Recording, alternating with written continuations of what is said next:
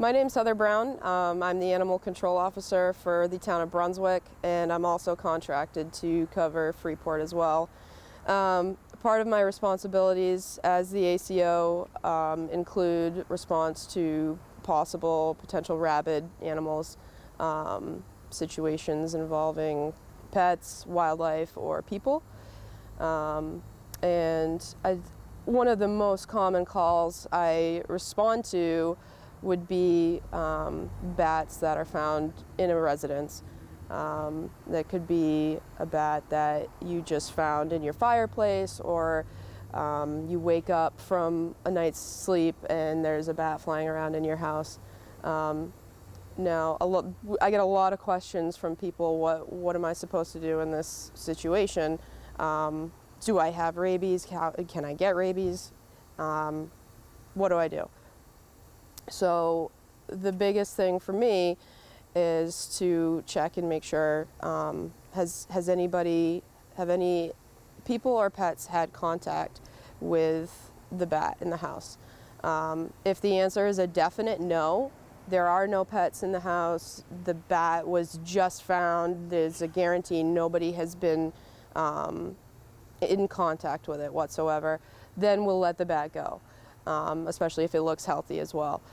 If the answer is otherwise, I woke up, I'm not sure if I was bit, I'm not sure if my animal messed around with it in the middle of the night, how can I tell?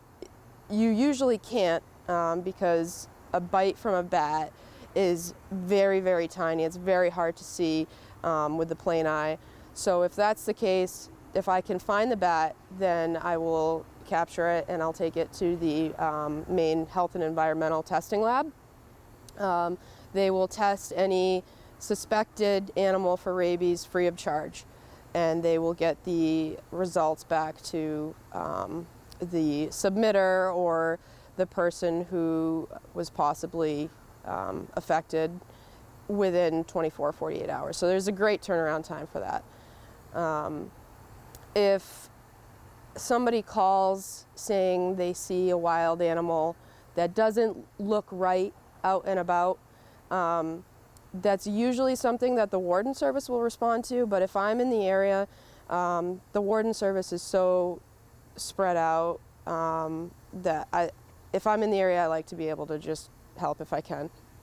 So if I go and see an animal that looks like it may be showing signs or symptoms of rabies, this would include disorientation, lethargy, acting very tired, maybe stumbling around like they're drunk, or of course the foaming from the mouth, excessive aggression. Maybe it's a nocturnal animal that's out during the day. That's not always an immediate sign that they have rabies, but it is a good indicator. If I see those signs, then I'll look a little further into the animal's behavior. If I'm questioning it at all, then I'm not going to take a chance, and I will dispatch the animal, and we'll have the warden service either dispose of it properly if it hasn't had any contact with anybody or any pets, any confirmed contact, then they will dispose of it on their own. If there is a suspicion, then that will be taken to the lab for testing as well. A lot of times I'll get called to respond to a wild animal that appears to be acting out of the ordinary. In one case, 2 years ago, there was a strange acting fox in the Cedar Street area. It's a densely populated area. So I went over, found the fox, noticed that it was exhibiting signs of rabies. So I made the decision to dispatch it. I shot at it and it immediately went underneath somebody else's barn. So I went looking underneath the barn to see if I could recover it. And when I did, it came back out at me and was within inches of my face, ready to bite. So there was a little bit of a wake-up call there. But a lot of people are concerned with any sort of contact with a wild animal that they may have, if that is a way to contract the rabies virus. In my case, where I came very close to this fox, I wasn't sure if maybe the mucus from its mouth, when it opened its mouth, got into my eyes. That is one way that you can contract the rabies virus. It's not just from a bite. It can be from saliva or other bodily fluids entering your eyes, entering your mouth if for whatever reason, if your mouth is open. If you have an open wound and you touch bodily fluids on an animal, or you're bit by an animal, or something gets into your cut. These are all ways. Now, certainly just touching the fur of maybe a suspected wild animal isn't necessarily a way to contract the virus. You're looking more towards open wounds, any sort of bodily fluids in a mucous membrane, including the eyes. So in my case, there was a concern that I maybe got some of his saliva into my eyes or into my mouth. And so prophylactic is just a preventative shot series that I receive in order to prevent the rabies virus. Another call that I get quite frequently, especially during the spring, summer months, is a domestic animal interacting with a wild animal. People will ask, "Oh, what do I do?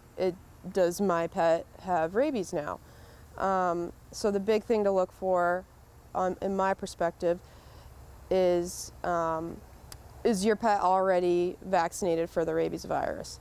That is a huge plus, if so, and quite frankly, it is the law.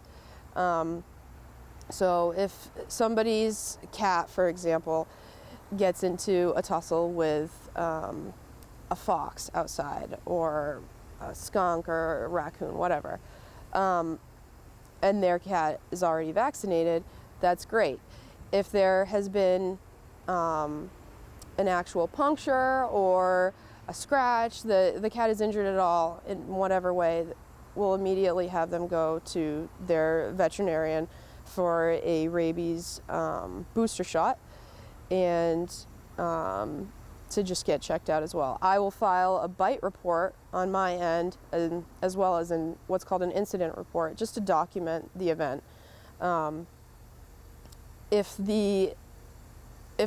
they're unsure of any contact at all, but they know that their animal was out chasing, or maybe tussling with a wild animal, I'll still recommend they reach out to their veterinarian for a possible booster shot. Again, a booster shot does not put your pet at risk whatsoever. You're better off safer than sorry in that situation. Another call that I get, a little less common, is certainly human interaction with a wild animal. I'll often get asked, what are the signs that I should look for? What do I do if I have had contact with this wild animal that is exhibiting signs or symptoms? And again, those are excessive aggression, lethargy, stumbling around as if they're drunk, and certainly the telltale foaming at the mouth. If a person does come into contact with an animal like that, or sees them out and about when they're walking with their family, maybe through a wooded trail, try to avoid the animal at all costs. If you do come into contact with a wild animal, whether you're out on the trail or even in your backyard, again, those situations aren't always avoidable. The best course of action is to call either your 911 or your local police department's business line.